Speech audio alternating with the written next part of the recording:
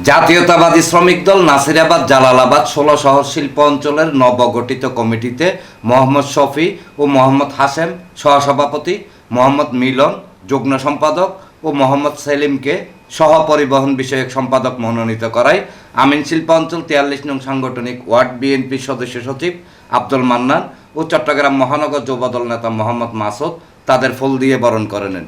এ সময় নেতৃবৃন্দ প্রধানমন্ত্রী তারেক রহমান, কেন্দ্রীয় শ্রমিক দল নেতৃবৃন্দ ও চট্টগ্রাম বিভাগীয় শ্রমিক দলের সভাপতি এম নাজিমুদ্দিন, সাধারণ সম্পাদক শেখ নুরুল্লাহ বাহারের প্রতি ধন্যবাদ ও কৃতজ্ঞতা জানিয়ে সবাইকে ঐক্যবদ্ধভাবে কাজ করার মাধ্যমে প্রধানমন্ত্রী তারেক রহমানের হাতকে শক্তিশালী করার আহ্বান জানান।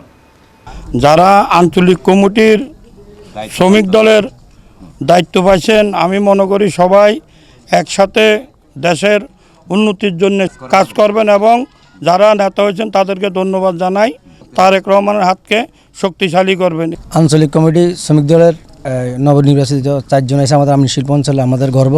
এই কমিটির জন্য পরিশ্রম করছে আমাদের ওয়ার্ড বিএনপির সম্মানিত বিপ্লবী সদস্য সচিব আব্দুল মান্নান ভাই। ওনার অবদানে আজকে আমাদের কমিটি রয়েছে। তাই সকল নেতৃবৃন্দকে আমরা ধন্যবাদ জানাচ্ছি।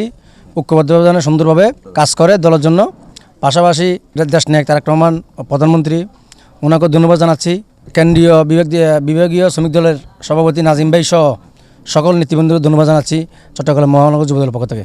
মঙ্গলবার রাতে নবনির্বাচিত নেতৃবৃন্দ ওয়ার্ড বিএনপির সদস্য সচিব আব্দুল মান্নান ও যুবদল নেতা মোহাম্মদ মাসুদকে ফুল দিয়ে শুভেচ্ছা জানাতে আসলে তারা এই কথা বলেন।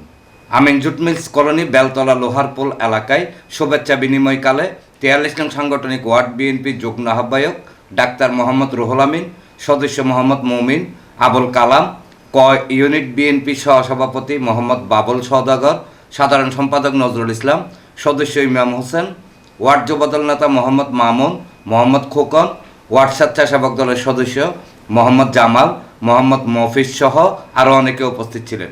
এনামুল হক লিটন, প্রগতি 24 টিভি।